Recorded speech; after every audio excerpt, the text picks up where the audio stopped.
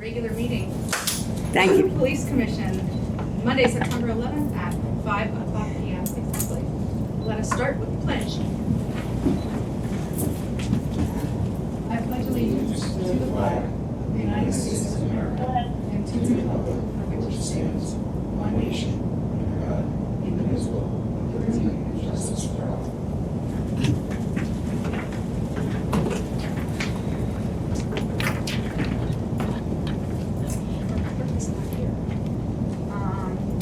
Can I interject for one? Absolutely. Thank you. I would just like to suggest a moment of silence.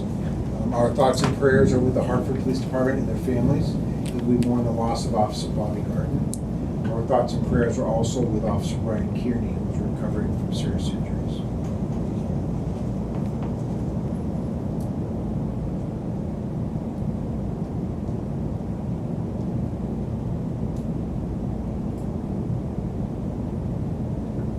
Thank you.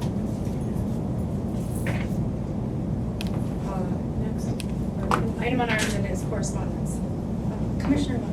Oh, you can't read right I now. will try to. Tanisha, how are your eyes doing? Read. Could you please help? Sure. Yeah, I Okay. So received from Simsbury Meadows Performing Arts Center regarding Officer Bertel, Bushman, and the cadets.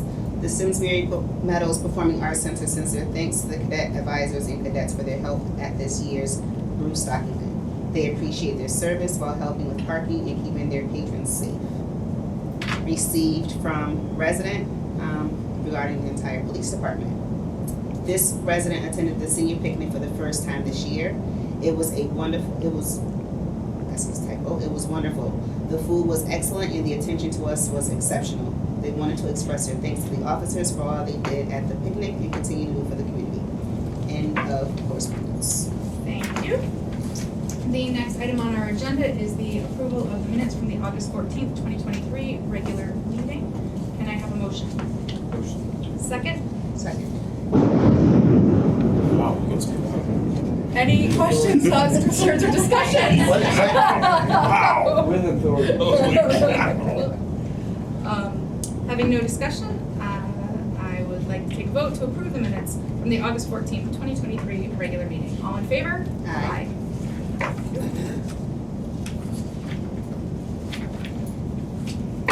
The next item on the agenda are the reports, starting with the chairperson. Glasses back on. First, I wanted to let you know I got a lot of positive feedback about the SRO video and pictures for back to school. They were a huge hit, and so several members of the community were very excited to see them and wanted to forward their appreciation at the humor and videos. Second, the senior picnic, it was really fun. I had a good time. I was on bun duty. I recommend that you don't take bun duty because it's very hard to split them in a quick and timely fashion, but other than that, it was excellent. And they also tend to give us the slow golf carts. I don't know what that was about, but it was a great event, and I think the turnout was wonderful, and you guys did a fantastic job.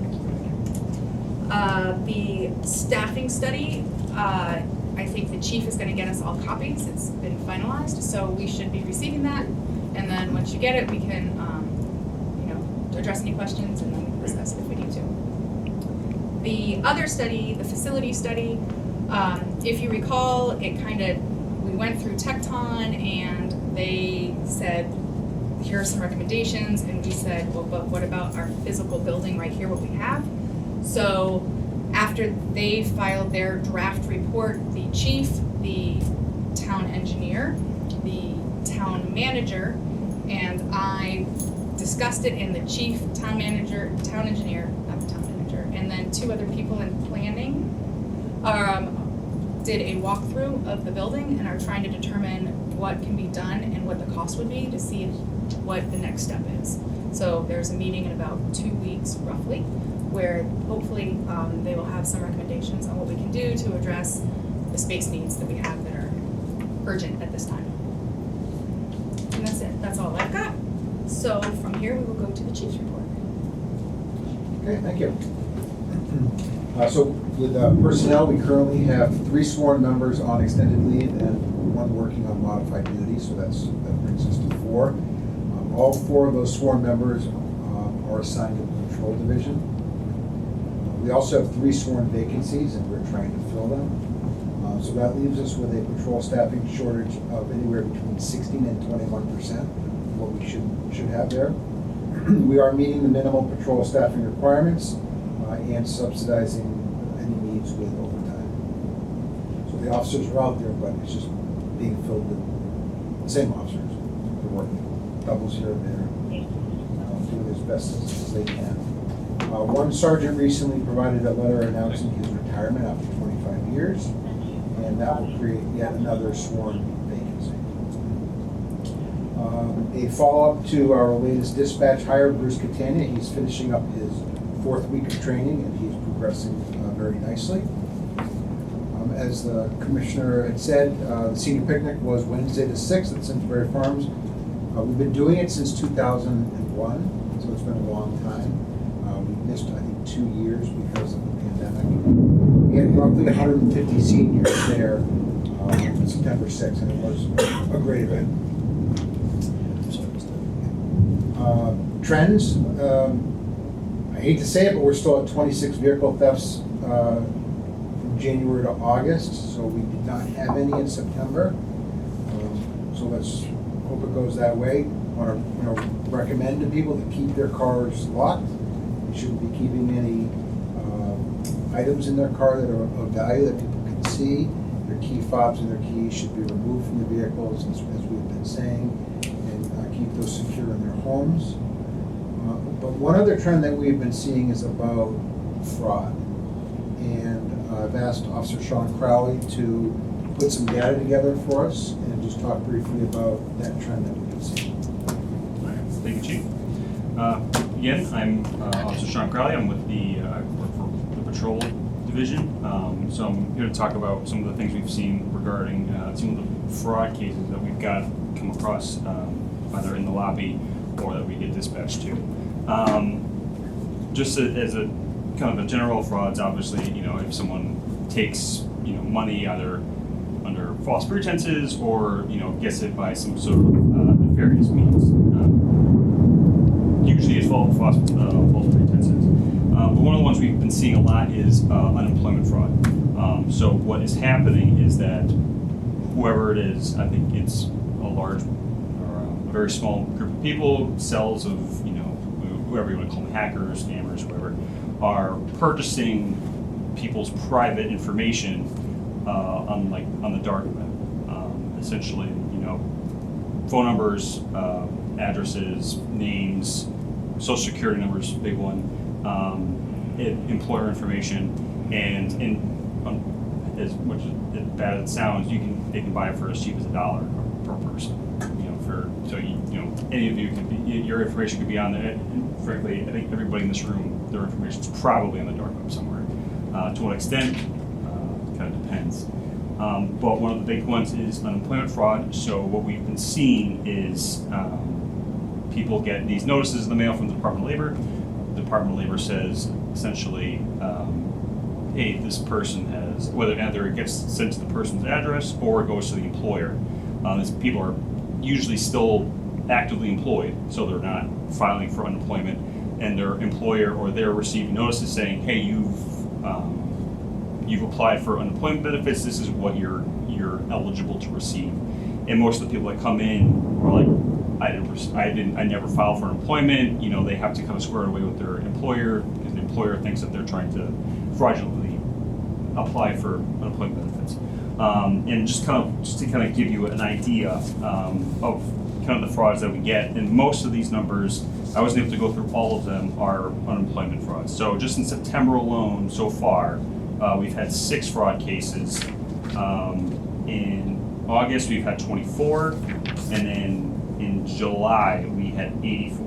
And just as an idea, and I was only able to get from the 20th to the 31st of July, out of 32 reported fraud cases, 27 of them were unemployment fraud.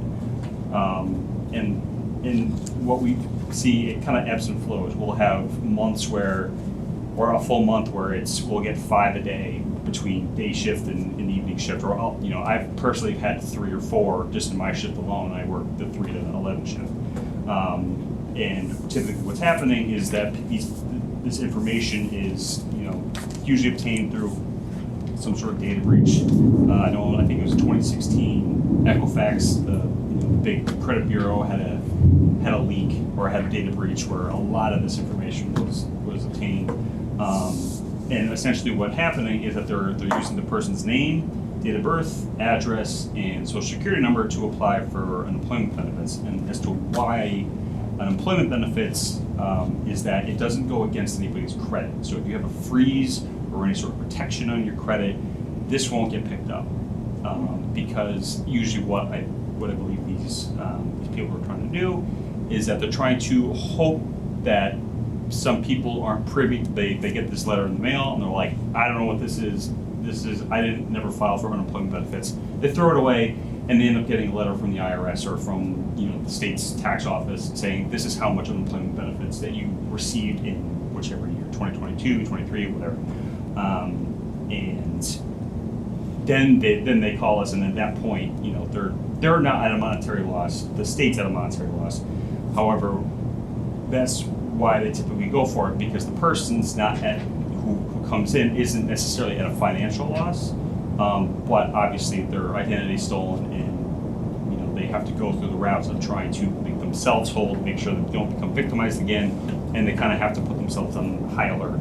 So usually what we do for that, I give them, we have these available in our lobby as well as in our report room, or the interview room that we have as soon as you walk into the main lobby.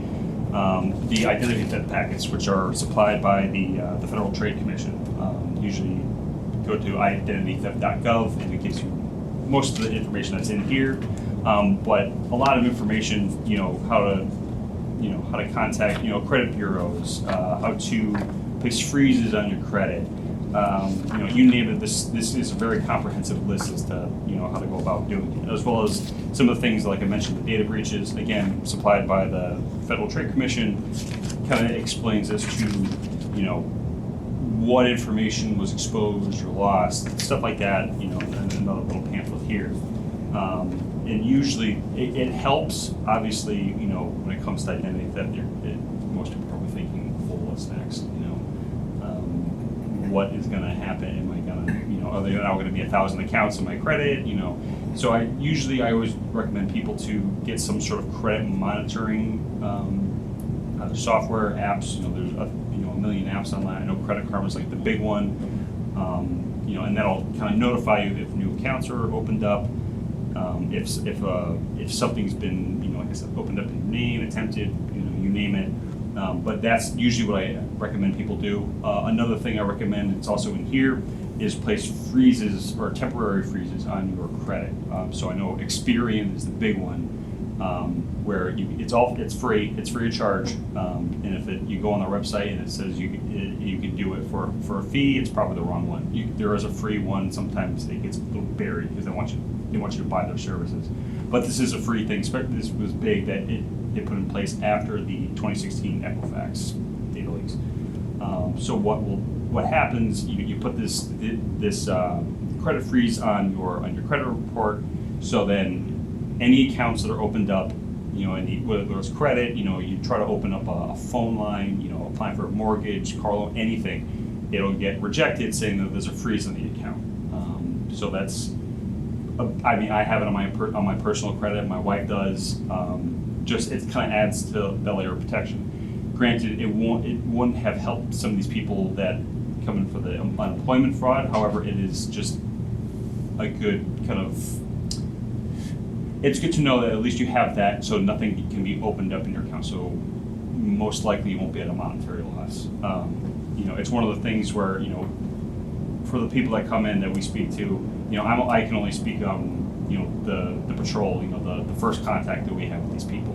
For the most part, the detective division is one that kind of goes in depth, especially if people are at a large monetary loss, so they kind of track the trends a little bit more.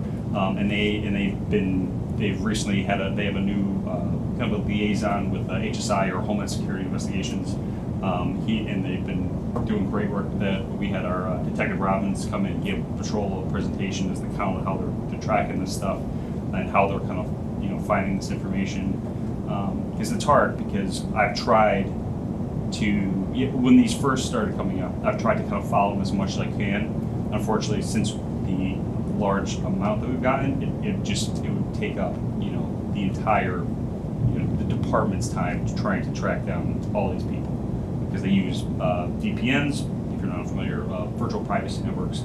So it essentially blocks your IP address. It'll say, like, if you're in this room and you're using a VPN, you can make it look like you're in Sweden or China, wherever. You pick a place, you name it. It has its benefits where the average person can use it, so it doesn't their internet provider isn't tracking their browsing habits, where they start getting targeted ads, and you get all this information. It feels a little more of an invasion of privacy. But however, it is sometimes used for nefarious purposes. Like I said, masking their behavior. They'll open up shell bank accounts out of state. Small little credit unions that make it difficult for us at the at the state level to try to go after, because if they don't do business within the state, they can essentially say, we're not going to abide by your subpoena. That's why our detective division has been working well with HSI, because obviously the federal government has a much broader brush that they can just easily submit some subpoenas within a day, and they'll get the information they need. However, it's slow moving at the moment. It's kind of in the startup phase, from my understanding. But yeah, so it's one of those things where it's affected a lot of people. We've even had our own officers who've gotten these notices. They've been affected. So we used to think in the beginning it was, or they were state employees, or they were employees of a certain company. But at this point, it's anybody and everybody. And I mean, these are the common ones. There are more sophisticated ones that we, I don't know if anybody saw, I know it's posted on our Facebook page. There's been scams going around where people will mask the phone number they call from, and they'll pretend to be from the Simsbury police. And I believe one of them identified themselves as Lieutenant Christian. So they identified themselves as a real lieutenant, of this police department. Said that you need to send Bitcoin, and that's generally the kind of like the dead giveaway. If someone asks for gift cards, Bitcoin, or they try to make you wire money to a bunch of different accounts, usually a dead giveaway that it's a scam or some sort of fraud is being, no legitimate police department's going to ask anybody for Bitcoin, gift cards. The IRS is not going to come, ask for gift cards.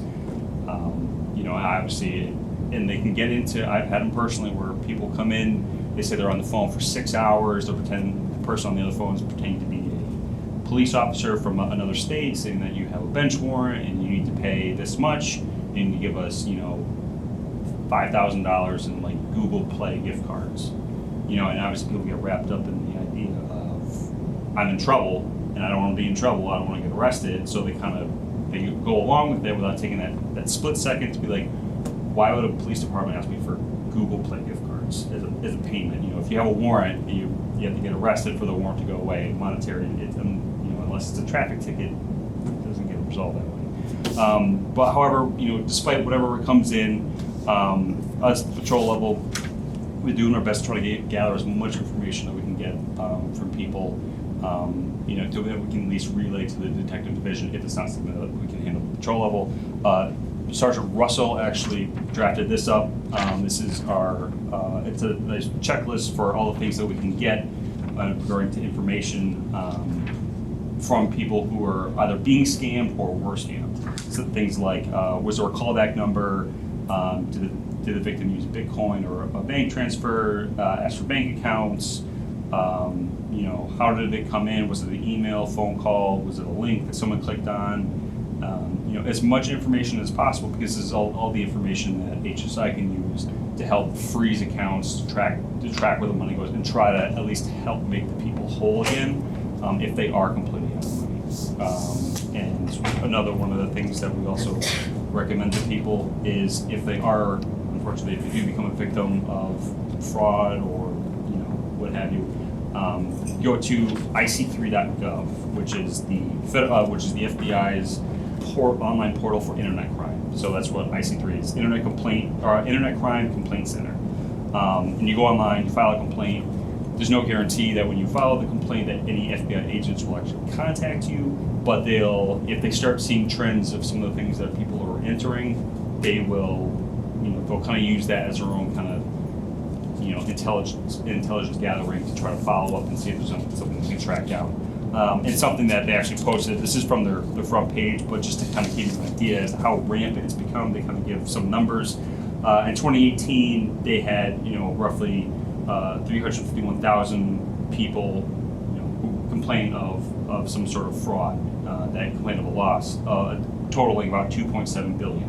In 2022, it increased to almost, you know, just over 800,000 complainants with a total of $10.3 billion in loss. So it's a very, very increasing, you know, form of crime, you know, with the power of the internet. You know, people get really, really elaborate with some of these scams. You know, once one you get thwarted, 100 more are in place that kind of trick people.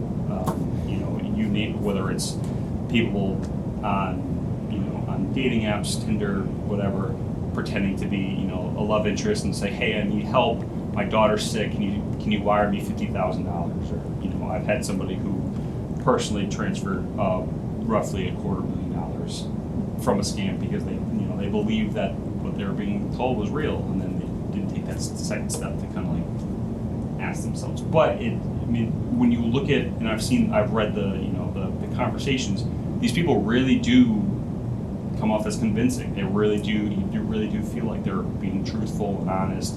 You know, they'll have FaceTime calls with people. They'll, you know, show photos of their personal life. Typically, they're fake, but they really do get elaborate. And you know, people come in, they always feel bad. They feel, you know, dumb, and I try to convince them, let them know, like, you know, don't feel dumb, because the reason why people do this is because they know how to prey on people. Like, it, you know, it's unfortunate, but it happens all the time, even to some of the smartest people. It's happened to. So it's not anything that can, you know, if you're, you know, unintelligent, only the unintelligent will fall for the scams. It's anybody, just because that's how elaborate they get. You know, and whether it's a phone call that you get randomly, emails, text messages, you know, you name it. That's, it comes in all shapes and sizes, and unfortunately, with the like I said, with the power of the internet, it's probably going to get increasingly worse. And, you know, just because, you know, law enforcement playing catch up. You know, we're trying to do as much as we can to kind of put the word out. Unfortunately, it's gonna take some time. You know, like the chief said, we've already, you know, we're trying to tell people to lock their doors. You know, some very basic, like lock your doors, take all your belongings out of a car. You know, but however, we still have, car thefts and car breaks. You know, this is the same thing, if not even more in depth and a little more elaborate.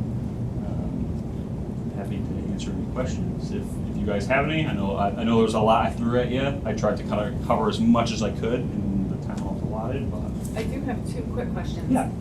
The ID theft packet that you have Yes. in the office and the ic3.com, are they on our website as well? So that people, like, if you look, I don't know this, if you look on our website, is there something where, like, questions about fraud? You know how we have, like, questions about bears? There is a section, I don't know if those are on there or not. Okay. yeah, I know the IC3 it's been around for a little bit. However, just because of how rampant frauds have become, I think now it's starting to become a little bit more well-known. I feel like that's something you can remember, but the packet or all of that information Yeah. might be nice if we have one place where people can go online so they can sleuth it. Yeah, maybe we'll look to see if we can put a social media post on that also, because I know that our social media, once again, They get looked at a forward. whole lot more than our website Yeah, does. so, that was my, The employment fraud, are they losing, say I'm the victim of that, Mm-hmm. are they, the person that's initiating that, are they receiving any money? So the person who initiates it, if it doesn't get tagged as fraud from Department of Labor, it will get paid out. Because I did have one, and it was one of the first ones I think I ever worked, where the person didn't know what it was, so like I didn't file for it, and then it wasn't a whole lot, and maybe like $10,000, within the whole year. And so they weren't out any money. However, that money did get transferred to an account that I tried tracking down. They're just using all my information, but instead of the Webster Bank, it's a bank account. It's like America. it'll be banks that you've never Okay. ever really heard of. And sometimes there will be big banks, but it's all fake IDs. It's all fraudulent information. That was one of the things that Detective Robbins kind of showed us, was that they were able to. One of the cases that he was working, they had it was a fake passport photo with a fake name of I can't remember what nationality, but they were able to find out who the real person was through a lot of digging, a lot of information that I don't have access to, but it was a lot of the federal government that they were able to kind of dig up with some of the information that they have. But yeah, most of that money is the state's money, or all that money, or the taxpayer.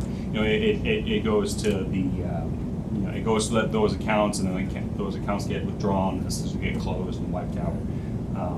But yeah, as far as I know, the person isn't at a monetary loss. It's just obviously the ID theft. That hasn't been shown to be a gateway to then like hitting someone's bank account, like, oh. Not that I've seen, however, it's not out of the realm of possibility. That's why I always recommend when people do come in with this to lock down everything. It's better to be safe than sorry, because you truly never know. Because if that one person was able to file for unemployment fraud, there's nothing stopping them because they have that information from opening up an account with Chase Bank or whatever.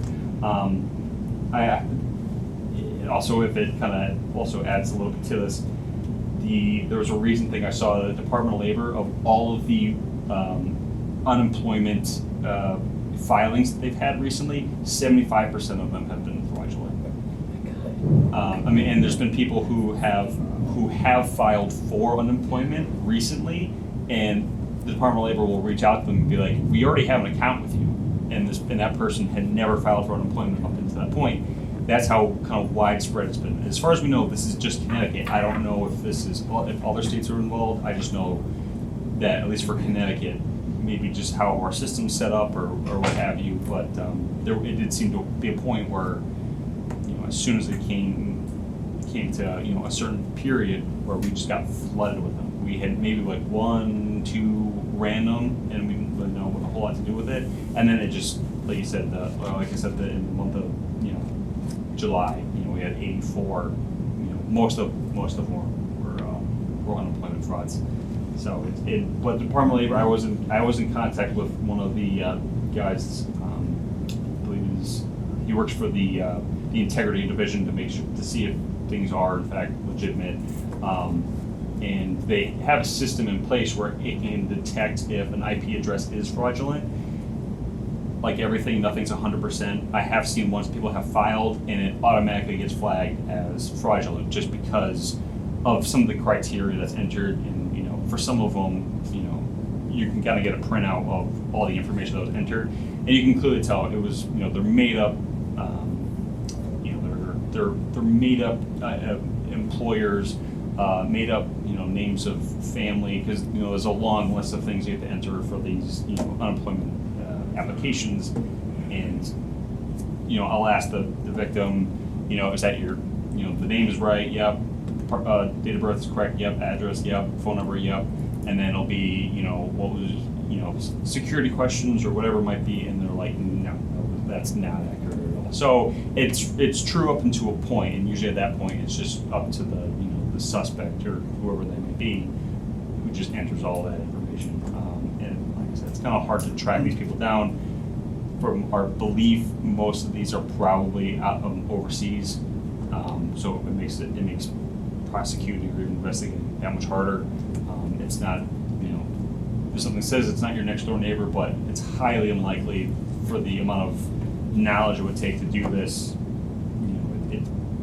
probably not somebody who's living next door. Thank you. Yeah, absolutely.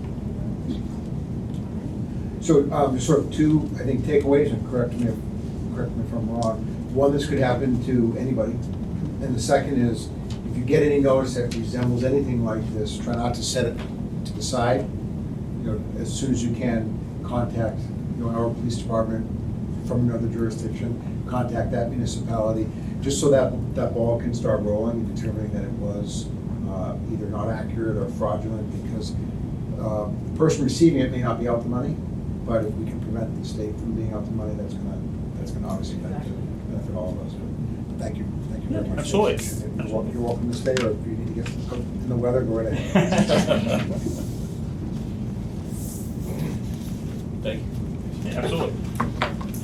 And just continuing, there's no new update on the two grants that we had applied for, so we're hoping at some point to hear about them, so we can sort of take some actions on those. Yeah. And that's all I have for my report. Do you have any questions? Okay, then moving on to the next item of our agenda, the consolidated monthly report for July 2023. Thank you, John.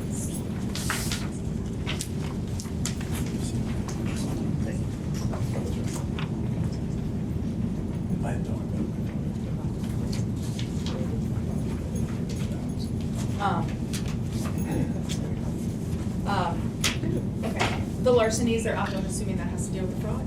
I shouldn't assume anything, I know better than that. So no, that actually has to do with entries into cars. Oh, okay. So there was a big increase, I believe 7 or so of those in July were specific to people entering cars and taking things from inside, whether it's credit card. Unlocked cards. Unlocked cards, yes. Cool. Any other questions? All right, moving on to the next report, the preliminary monthly activity report for August. I didn't have any questions. Is there anything you all think we should notice? No. Okay. Moving on to the budget reports. Any questions? It's so nice to see the numbers down low again. Like, oh, we're only at 23%. There were 3 things I noted on here. I know that it's bigger. Oh, no, 2. So the gasoline we've already utilized. So no, what happened last year is they changed the way that gets managed, so as soon as the budget is approved, they take that all out because the gasoline is managed from Public Works. Okay. And so all the departments have their own budget for that. So instead of looking for, 6 different signatures during a billing cycle, they pull it and it's done by the finance department. Okay. So we're not at 100% expenditure. Okay. And then the is that animal fees paid to the state? That is not the final number. They're addressing the discrepancy potentially in that number. Finance. And that has to do with dog licenses. Dog license, yes. The dog tax. So we will follow up on that. Okay. Okay. Any other questions? Now to new business. We will start with our new officer candidate recommendation. I will turn it over to Deputy Chief Davis.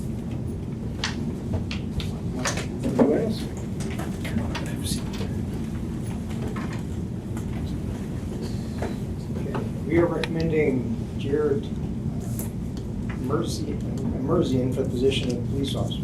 Jared grew up in Canton, graduated from Canton High School before attending the University of New Hampshire. He graduated from UNH in 2021 with a Bachelor of Science degree in marketing. After graduation, Jared spent a year working remotely for an advertisement agency in New York City. While he was working in advertising, he additionally worked to achieve a certificate in personal training online through the National Academy of Sports Medicine. In the spring of 2023, the ad agency that he was working for ended their hybrid work model, and he decided that he did not desire to move to New York City nor continue working in advertising. Instead, he decided now was the right time to transition into a career in law enforcement, which is something that he's been interested in for years, yet never pursued. Throughout the hiring process, several descriptors have been used to characterize Jared, including approachable, charismatic, engaging, hardworking, driven, empathetic, and level-headed, as well as possessing a high level of integrity. In our chief's interview with him, these character traits were evident to both of us, and we came away from the interview highly impressed with him, believing that he possessed the tools and characteristics that we search for in new police recruit candidates. More specifically, we believe that he understands the community policing, community-oriented policing mindset and philosophy that we espouse, and he would be an excellent addition to our police department. During the hiring process, he participated in 2 different ride-alongs with officers, as well as interacting with several other department employees who all spoke very highly of him, saying that he was respectful, engaging, and that he asked many pertinent questions, helping to make sure that he would be a good fit for our agency. It should also be noted that there were at least 2 other agencies that were in the process of hiring him, and he withdrew his name from further consideration to concentrate solely on being hired by our agency. We'd like to introduce you to Jared.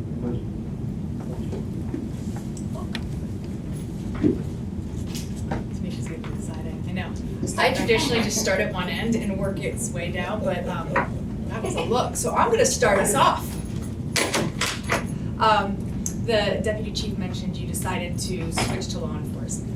Can you tell me a little bit about that? It's kind of a big departure. Bit of a meander there. Well, this was something I was always wanting to do. It started in high school, really, and I talked to family friends that were in law enforcement, and it was something that I just took very seriously throughout college. And, you explore different career pathways in college, and, it was something I took a lot of time to consider, so I didn't ever want it to be like a rash thing. And so immediately out of school, I had an immediate opportunity in advertising, so I went there. Always kind of with the idea that I would shift to this later. And after about a year there, it was clear that I would regret if I never, tried to pursue this career. And so it's always been something very intrinsic, but I just explored other opportunities while I was at school, and I'm happy that I was able to course correct, for lack of a better word. And why Simsbury? Well, having grown up in Canton, I'm very familiar with Simsbury, but ultimately, like when I had, I suppose, prospected with other towns, this was, I think, the 3rd department I visited for an interview, and just immediately I was really impressed by how welcoming everybody was here, and as for someone off the street. And ultimately, the community-oriented police work was really abundantly clear here as an espoused value, which to me was always more the attraction to the profession.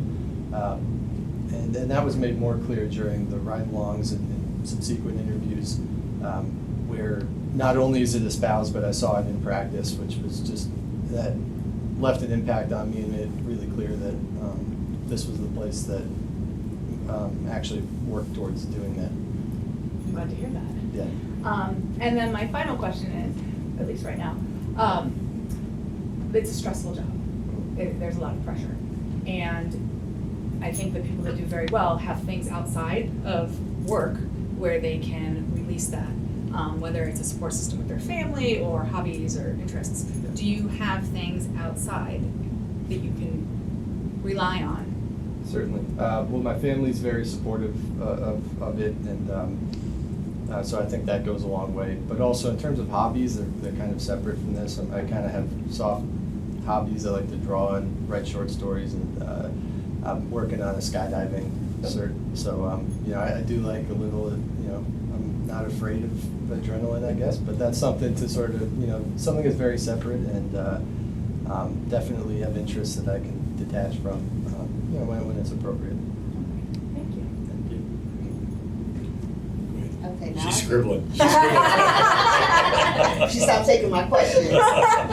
Can you tell us of a time when you had to deal with a difficult customer or someone just difficult in general that approached you? What was the incident and how did you resolve it?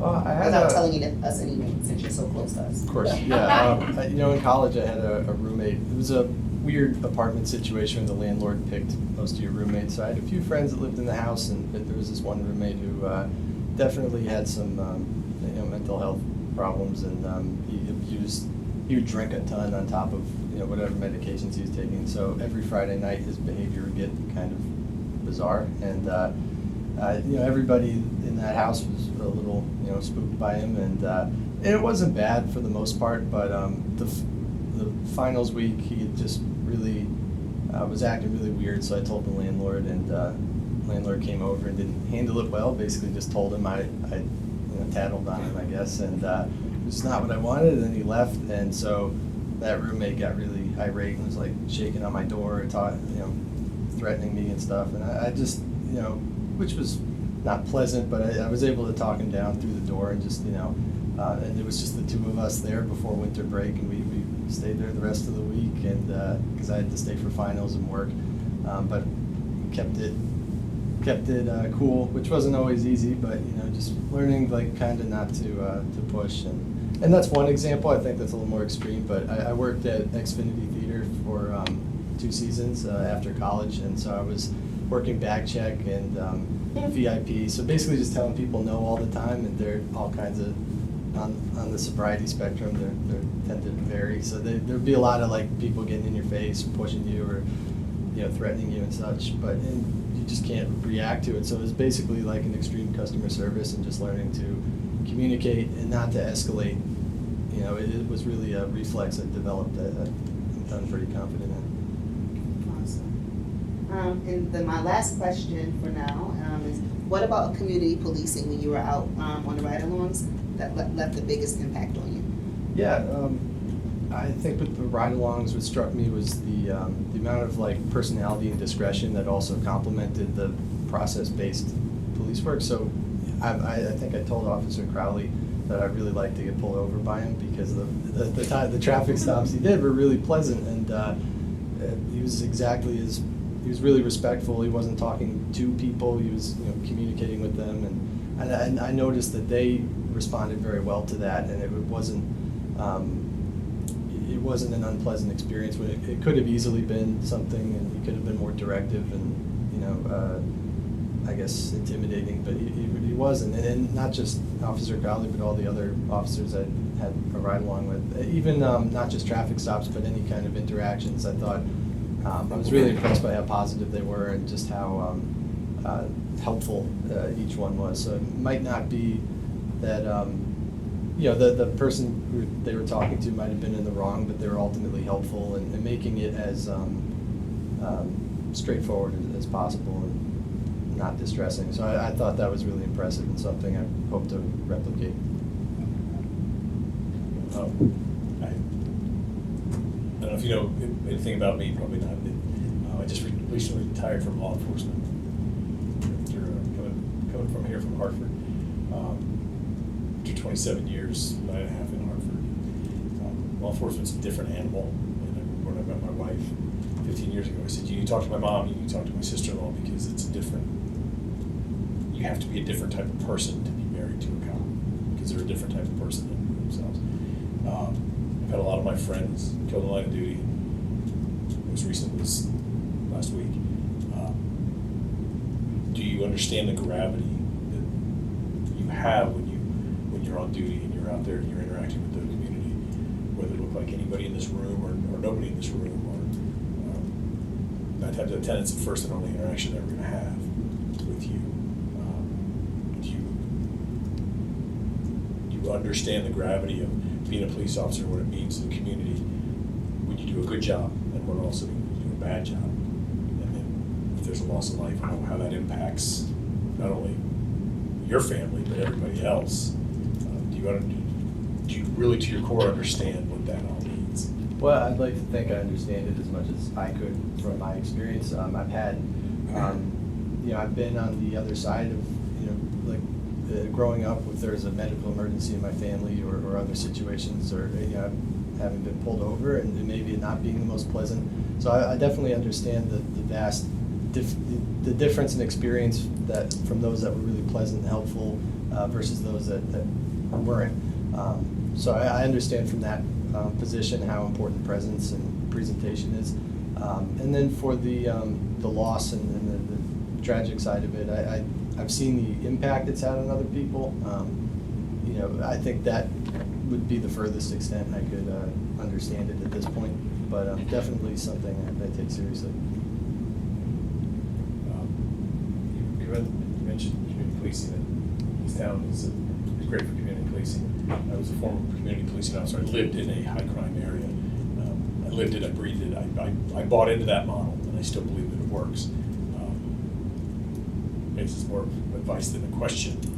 That you have to believe in it. You can't just say I'm going to be a community police officer. You have to believe in that model. I mean, it's something that you got to mentally prepare yourself for, mentally condition yourself to do. Is I'm here for these people.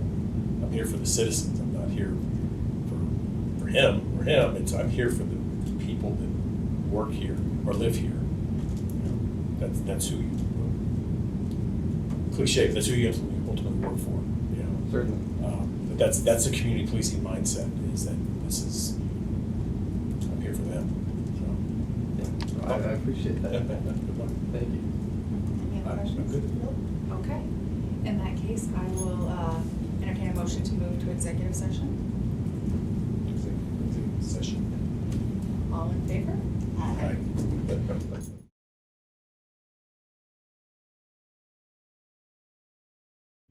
All in favor?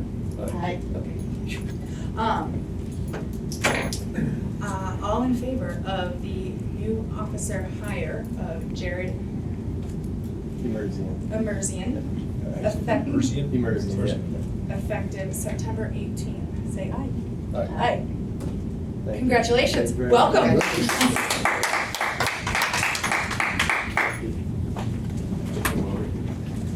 I didn't know which way you were going. Thank you very much. Congratulations, welcome. Thank you.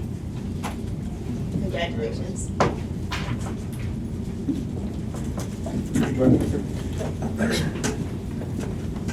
Okay. To the final item, I think, of new business is the review of General Order 13.1. Turn it over to Deputy Chief Davis.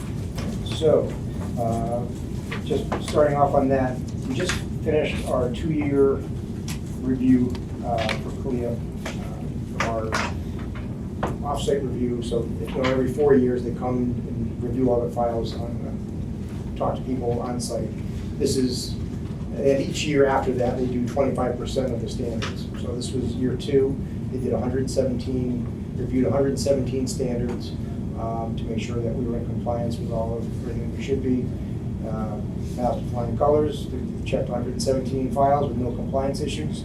There was one minor language change that needed to be made with updated language from CLIA as far as our General Order 13-1 dealing with management. So we also, while we're doing that, we also just updated it to reflect our department's current command structure, which was changed several years ago. So it had language in there previously from the old command structure, reference captains or whatever, which we don't have anymore. So we cleaned up the language on that and then added the language change, which said, so it previously read, employees assigned to the position of accreditation manager shall manage specialized accreditation training within 1 year of being appointed. The new language just says that, so employees assigned to the position of accreditation manager shall receive the specialized accreditation training within 1 year of being appointed, and shall be responsible for providing appropriate training to other agency personnel assigned to the accreditation process. So that last section was language added by CLIA, so we just had to reference that and add that to our policy. So that was done. Other than that, it was the same, other than just as the title and responsibility changes to reflect our current command structure. So I sent you guys copies. I don't know if you have time to review it, if you have any questions or anything. So we'll do our motions and then we can discuss. Do I have a motion to approve the updated, I'm having a stroke, General Order 13.1-1? Motion to approve General Order. Do I have a second? Second. All right. Discussion. Do you have any questions?